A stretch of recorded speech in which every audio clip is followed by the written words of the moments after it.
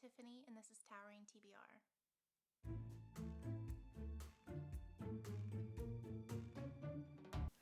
Alright, I am so excited for this video. It is one of the videos I was convinced right away that I wanted to make. When I saw Jen Campbell read other booktubers' favorites. I think I've also seen Books and Lala do that, but hers is more a game, whereas I'm picking books that I think could be 5 stars for me.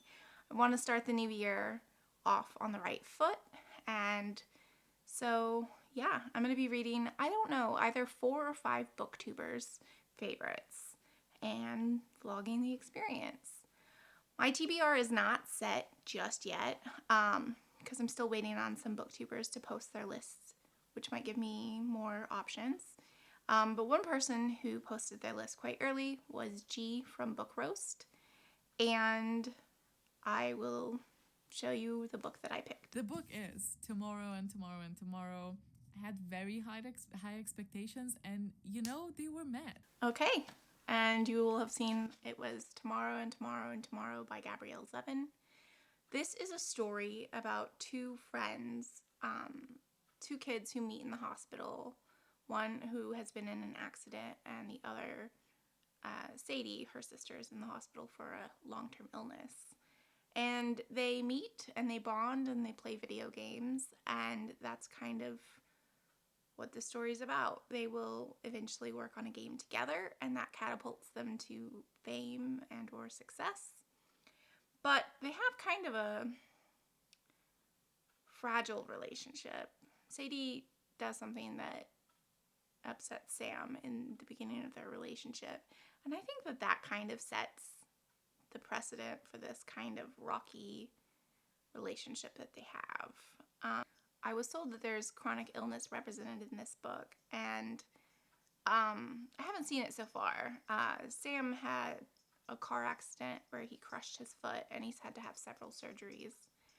So I don't know if that's what they're talking about or if there's something else in the book that I just haven't gotten to yet. I started this yesterday, and I got about 95 pages in, which sounds like I've read more than I have, but this is a large print edition book, so there are over 600 pages in this specific edition. But I basically read the first 4 chapters, the first part 1, and I'm liking it so far. Another booktuber who I looked for a favorite was Murphy Napier, and I will show you the book I picked off. Final book on the list is The Last Quintista, which is another sci-fi. This is a middle grade sci-fi. Excellent, excellent story. All right, so I've been wanting to read The Last Quintista for pretty much a year since I heard about it. Since I heard about it last year, and it's a middle grade science fiction. It's about a little girl who I think is like the storyteller, or she keeps all of the stories from Earth while everybody else has forgotten about Earth. And yeah, that sounds really good. I have it on my Kindle, so I may pick that up later. But yeah, that's my plan. I'm going to work on these 2 books. So I will come back when I have more to update. Bye. Hey, so it is day 2 of my reading vlog, and I've read about 100 more pages of Tomorrow and Tomorrow and Tomorrow by Gabrielle Zevin. We get to see Sam and Sadie collaborate and work on a video game. The video game that is going to like propel them into fame and success. We are seeing that a little bit. Like, we'll get like magazine interviews with people talking about what that time was like, and yeah, so that's kind of interesting. And we found out that Sadie has been having a inappropriate relationship with her former professor, and he's actually the one that kind of helps get the game published, so that's a really interesting dynamic. And then I love Sam's roommate Marks. Like, he is just the best character ever. He is so considerate and sweet, and I love that. As for the chronic illness rep, it definitely is Sam. He has had more injuries and had to have more stays in the hospital, and he's mentioned his chronic pain once, and so yeah, I think he's our character for the chronic illness rep. So I'm enjoying it, and I will keep going with it. So I also picked up The Last Quintista last night, and it's about a 12-year-old girl, Petra, and she is saying goodbye to her grandmother because there is going to be a big impact on Earth, and Petra, her brother, and her parents are going to go to a new planet. They are getting on a spaceship and leaving, and everybody who's going to be left on Earth will be presumed dead. They think this is a cataclysmic event, and yeah, so she's saying goodbye to her grandmother, and her grandmother is telling her some folklore and stories. And she decides that she is going to pass these stories down as a way to kind of remember her grandma and keep her alive.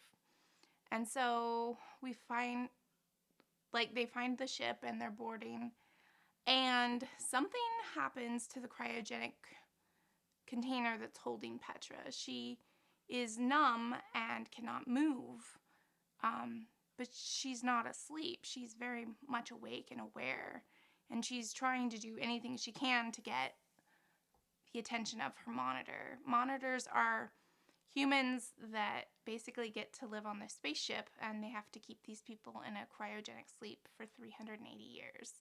So, they're going to get to live, but they're not going to see the new planet. And yeah, so while she's awake, she hears the lead monitor talking to her specific monitor about how there aren't any politicians and the president isn't on here, and how they could basically reinvent society. And yeah, so I'm thinking because of her malfunction with the cryogenic sleep chamber that maybe she's not affected by whatever they're planning to do. So it's really intriguing, and I already really like Petra as a character. She's also partially blind, but she has to keep that a secret because, each and every human is going to be tasked with reproducing and having a population, and they don't want anybody with genetic defects, which her blindness is something defective in her genes. So they have to hide this, and yeah, I think that's interesting, and I'm curious if that'll come up later in any kind of useful ways, maybe? I'm not sure. So yeah, I'm enjoying both of these books. And last night when I was reading, G from Book Roast, the booktuber who I'm reading tomorrow and tomorrow and tomorrow from, announced that she is doing a Choose Your Own Adventure readathon all year round. I normally participate in April and August, and those are month-long readathons. But she has a Choose Your Own Adventure path so that you can earn points for your character, and you can also get rewards that make it easier during the readathons. So I was really excited. The first two options, you go one way or the other, either to start a series or to finish the last book in a series.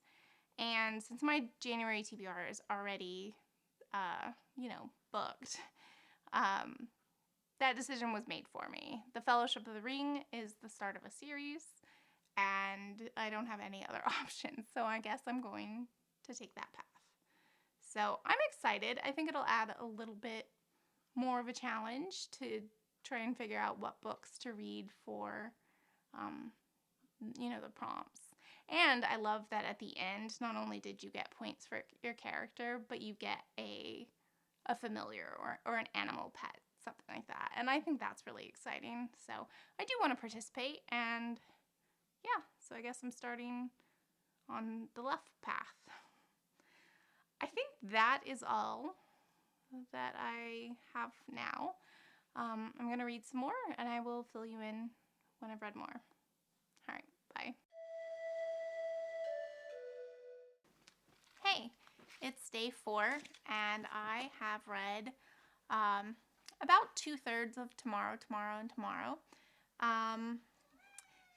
Sadie and Sam have now collaborated on some games, and yeah, unfortunately, I'm really not liking the Sadie character. Sam is infuriating in his own ways because he requires surgery that's going to take time to recover and to heal, and Sadie is immediately upset with him when he's not able to be back at work on time, or she's just really thinking the worst of his intentions. Like, he could have done something and totally not meant to offend or be selfish or anything like that, but she interprets it as a slight against her. And really what they're suffering from is poor communication. Sam is not telling her how much pain he is in and how much, accommodations he needs. And Sadie is just not asking the questions either, but also having really unreasonable expectations for him. And yeah, I don't know. So I'm really enjoying the video game references and talking about the creations that they make. I think that that's really interesting. But I think both of these characters are quite infuriating, and I don't know. Sadie is supposed to be his best friend, and yet they don't talk about his disability or illness hardly ever, and she seems to not understand anything that is required with giving accommodations. So yeah, I will finish it, but it's not going as well as I'd hoped. Fortunately, though, I have finished the last Quintista. I finished that this morning, and oh my gosh, this was a ride. It was darker than I thought it should have been for middle grade, but there was intrigue the whole way, and I was really fascinated with what she might do to get out of this situation.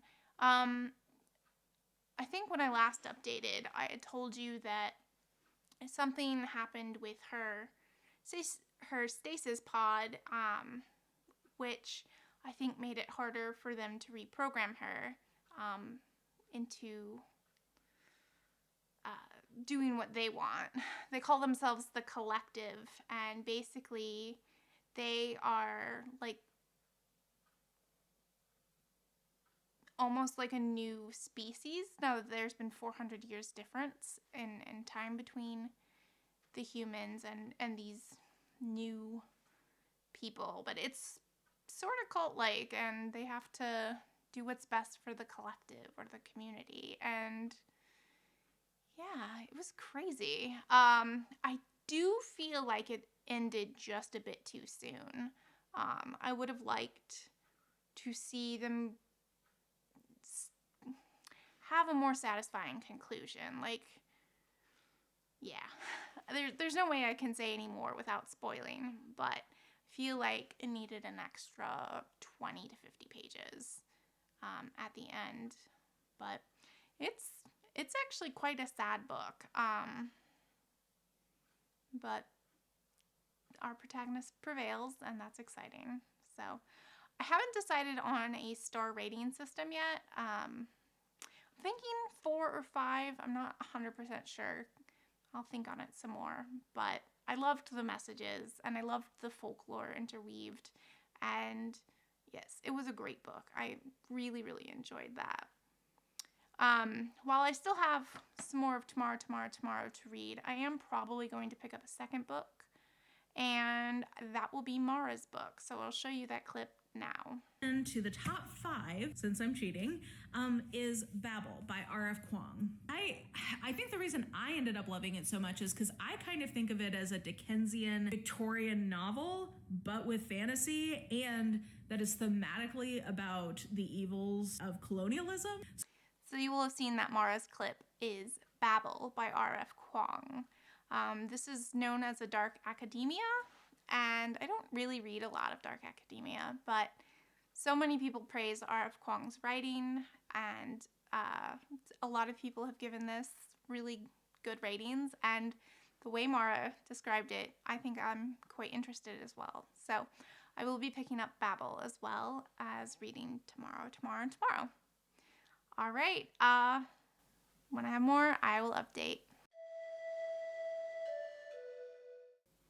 So it is day 5. I have now finished Tomorrow and Tomorrow and Tomorrow by Gabrielle Zevin. I don't have the book anymore. I had to return it to the library. But yeah, I think the last time I updated you, I was about 2/3 of the way through. And shortly after that, something very dramatic happens. And I was really interested in that plot line. However, I hate Sadie as a character. She is just, I mean, I'm not saying Sam is perfect, but she was just so unlikable. So I think I'm going to end up giving it about 3.5 stars. So I'm glad I read it, but not a new favorite for me. I started Babel last night. I only got about 12 pages, but it's intriguing so far. This man comes to China and finds this boy whose parents had died of a plague, essentially, and he basically kind of adopts him and makes him like a student for him to learn some languages, which, you know, is an intriguing premise. I also will probably start a second book today, and I will show you a clip of what I'm picking next. Okay, number 2 favorite book of the year. I'm gonna go with The 5 Wounds by Kristen Valdez-Quaid. I haven't quite decided at this point, but by the time I edit, I will figure it out. So, yeah, that is all I have for now. I think I've decided to rate The Last Quintista at a 4-star. I don't think it gets a 5 because I felt like the conclusion was a bit unfinished. So, yeah, I will be reading Babel and whatever the other book is. And yeah, I'll check in when I have more. Bye. Hey, so it's day 6. I have read about 50 pages of both Babel and The 5 Wounds, but I'll talk about Babel first. We're following a Chinese boy who gives himself the name Robin Swift, and he has now made the journey from China to England, and he grows up under the care of the man who found him in China, and then goes to Oxford. He is going to be in the language center, along with another non-white person, Rami, who is of Indian descent. He and Robin become really good friends, but they're having a hard time at Oxford because they immediately stick out because they're not white, and they face some harassment and persecution because of that. One thing I will say is with listening to the audiobook, there's quite a few footnotes, but whoever did the voicing of the footnotes as compared to voicing the story, it just sounds very, very different. So it might be like, I don't know, footnote, and then he learned the Sanskrit word for whatever.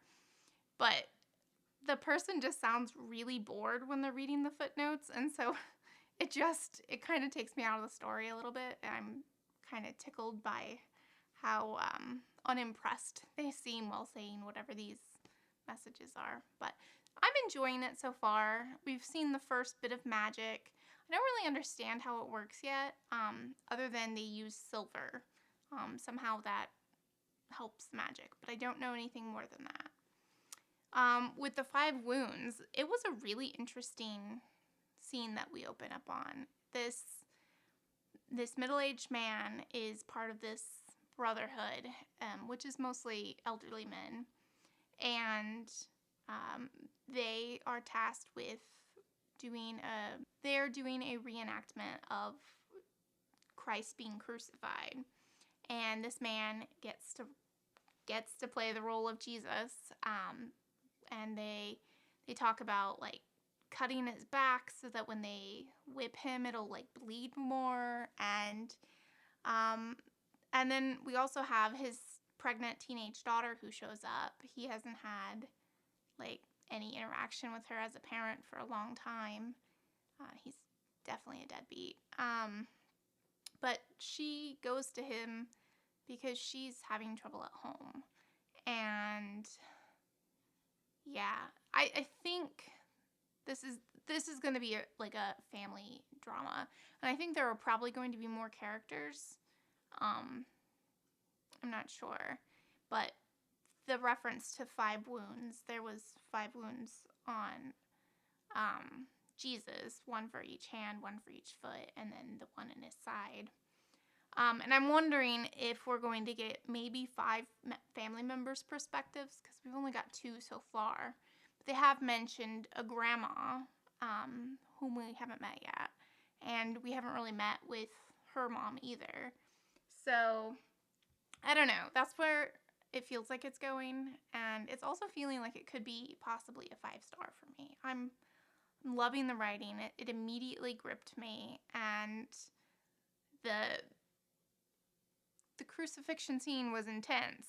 That's all I'll say, even though it happens very early on. I don't want to ruin it for anyone. So, yeah. The last thing I wanted to mention is I just received my Book of the Month book, which is Independence by Chitra Banerjee Divakaruni, sorry. And this book made my anticipated list, and it's not even out yet, but Book of the Month, I got it a little bit early. Not sponsored or anything. But since I pulled the prompt to read about the India-Pakistan partition, and since this is a partition book, I'm wondering if I should read my new book for that prompt, or if I should stick with Midnight's Children by Salman Rushdie, which by all accounts is also really good. So if you have a preference, let me know down in the comments, and that will help me decide which one to prioritize. So, all right. My cats are having lots of fun with the Book of the Month box on the floor, so I am going to go, but I will let you know when I read more. Welcome to day 9. I know it's been a couple of days since I filmed a clip. I've been having some bad health days, but I have been reading, and I have finished now on my Kindle The 5 Wounds, and let me just say, this is my first 5-star of the year. It was so good. So I think I told you a little bit about the introduction, about the middle-aged man, Amadeo, and reenacting the crucifixion of Christ and the 5 wounds, and I thought that meant there might be 5 perspectives. That was a little bit fanciful on my part. We're following 3 members of a family. Amadeo, who is a alcoholic deadbeat father who still lives with his mother. His mother's perspective, Yolanda, and his teenage daughter's perspective, Angel. And yeah, it's hard for me to put into words what I liked about this story. These characters felt so real and so flawed, and to see them change over the course of the book, to see their growth or their lack of growth, and yeah, it was just incredibly impactful for me. The writing in and of itself is really beautiful. We're in a third-person perspective the whole book, but they do focus on each of the characters and what they're thinking and their, what their motivations are. And it's a credit to the author how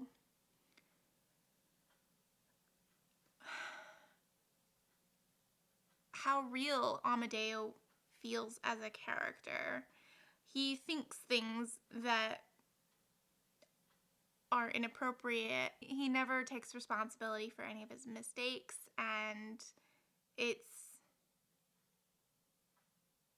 amazing how much empathy and anger and all these other emotions that you feel towards these characters for the decisions that they're making. It's so hard not to spoil this book because I can't really say why it was as impactful.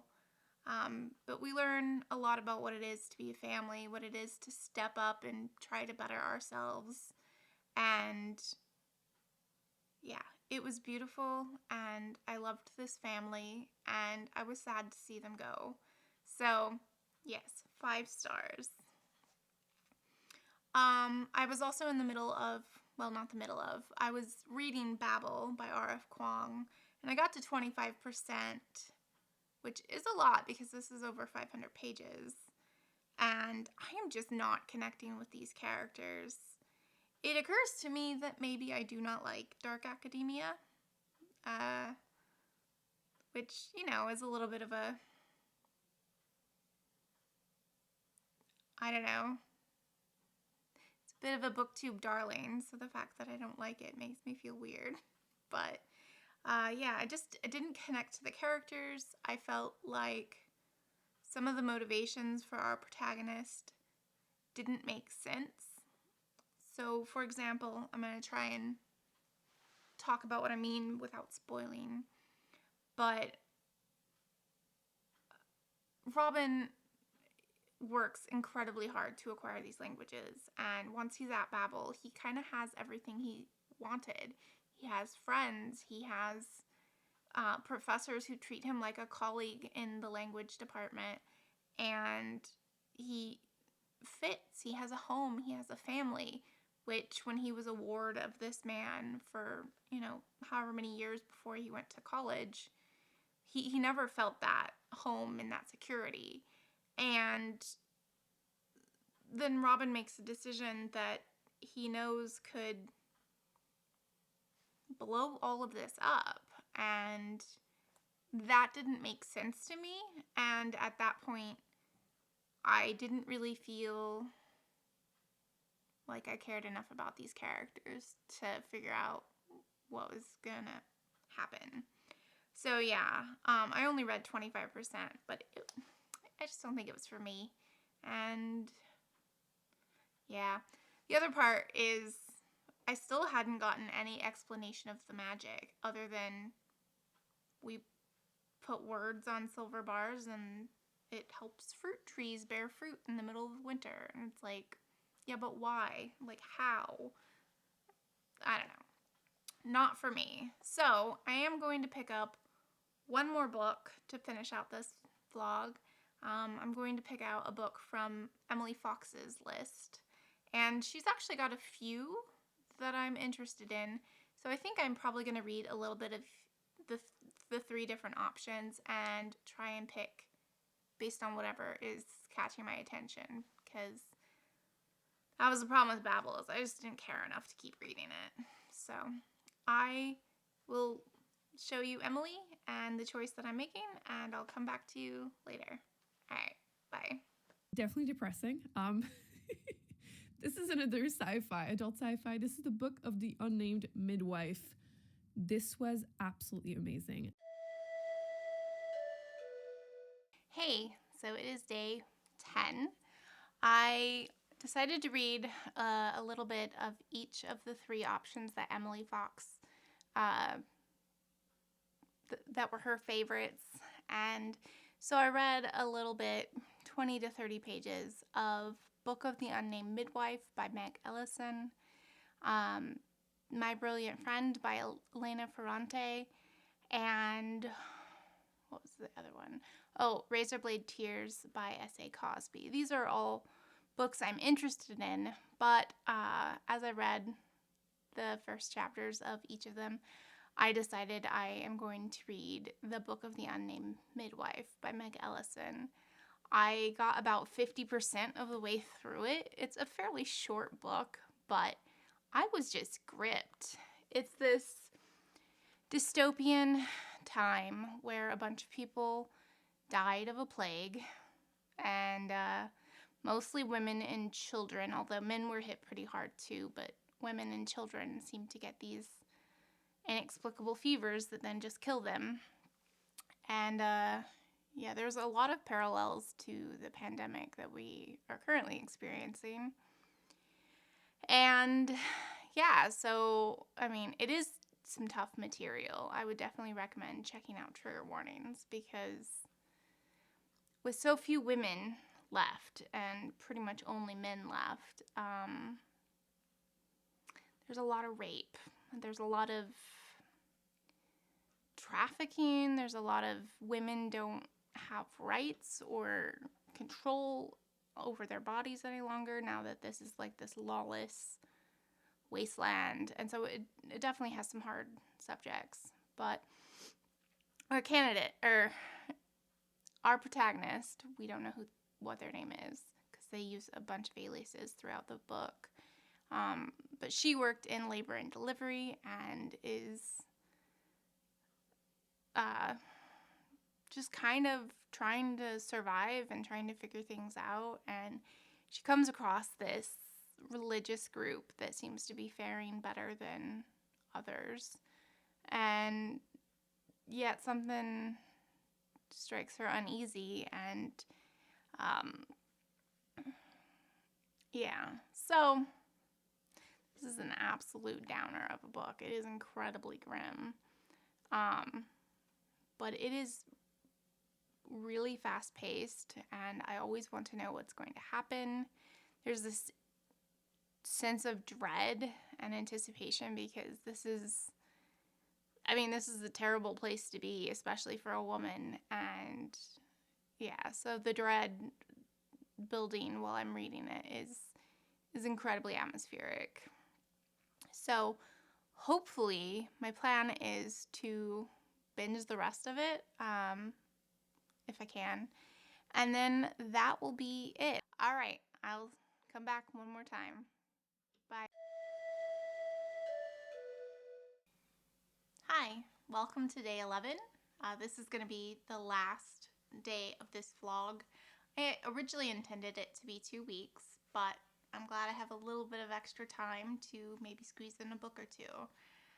So, I have now finished Book of the Unnamed Midwife. It was amazing. It was another 5 stars for me. It reminded me at times of another dystopian book called The Road by Cormac McCarthy. Although I think that one ends more on a grim note, and this one ends a little bit more on a hopeful note. So we are basically learning about the unnamed midwife through her journals, and we get kind of some other people's accounts as like she runs into different people. But yeah, this was fast paced. I was constantly wanting to know what was going to happen. Like I said, the author was great at building a sense of dread, and yeah, I just thought that it was a really fun and fast-paced, not fun, but like I just had to know what was going to happen. So there was one point where she was raiding houses and she was, getting necessary supplies, and one of the things she was looking for was books. And she lamented that a lot of people didn't have books, or they only had religious books like the Bible and the Book of Mormon. And I just remember thinking, well, maybe that's why I have so many books in my library. In case my house survives a dystopian post-apocalyptic era, whoever comes and raids here will have plenty to read. So, okay, so that was the end of the vlog. I picked 5 booktubers. And so I tried 5 books. I read Tomorrow and Tomorrow and Tomorrow by Gabrielle Zevin, and I gave that 3.5 stars. I read The Last Quintista, and I gave that 4 stars. I read and DNF'd Babel by R.F. Kuang at 25%. And then I finished The 5 Wounds and The Book of the Unnamed Midwife, and both were 5 stars. So I think this was an incredibly successful project. Yeah, I was a little bummed about the DNF, but getting 2 5 stars out of the mix, I'll take it. So I hope you enjoyed this. I hope you had fun. Let me know what you're reading and what is your first 5-star of the year if you've gotten it so far. All right, thanks for joining me. Let's have a chat in the comments. Bye.